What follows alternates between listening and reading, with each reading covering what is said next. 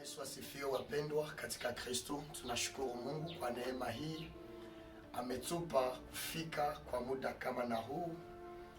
Ila ndugu yangu, usikose kujiabone katika konte hii na utazidi kusikia mengi kama vile mafundisho ya Mungu. Haleluya. Kwa sababu siye tunafundisha, na hiyo kufundisha ndio itatufaa tujue kujitambua na kujua. Lakini leo tutakuwa na somo kidogo kenye nasema kuhusu kutoka katika upofu. Kutoka katika upofu.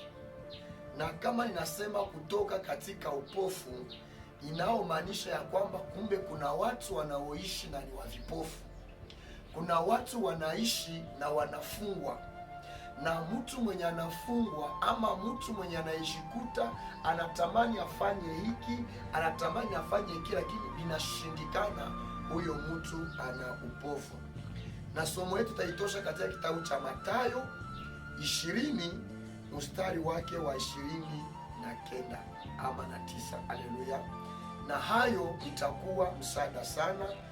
Mathayo ama Matthieu 20 ya 29 verse. Karibu sana, Mungu atawabariki. Hapa tunaona Yesu Kristo na wanafunzi ama Yesu Kristo na watu waliokutanana naye. Wakati wako wanatoka Yeriko na wako wanaenda fanya mafundisho, amekuwa anafundisha ama anaenda kufundisha watu wake.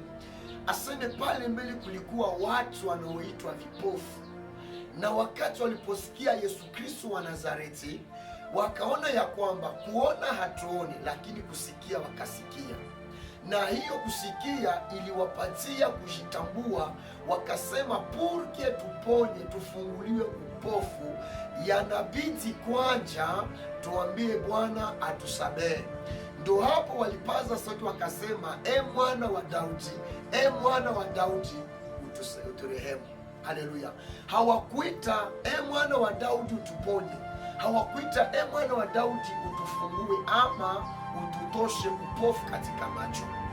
Na hii kitu imenipatia kitu kikubwa sana ndani ya maisha ya kumbe.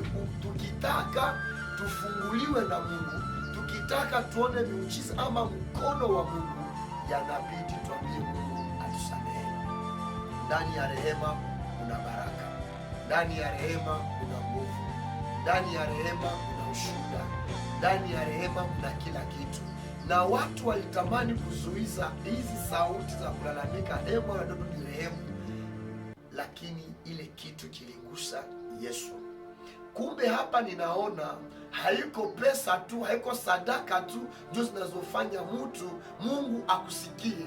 Meme maisha ya utakaso, maisha ya kujitambua yanaweza changer hali ya Mungu kwenye maisha yako.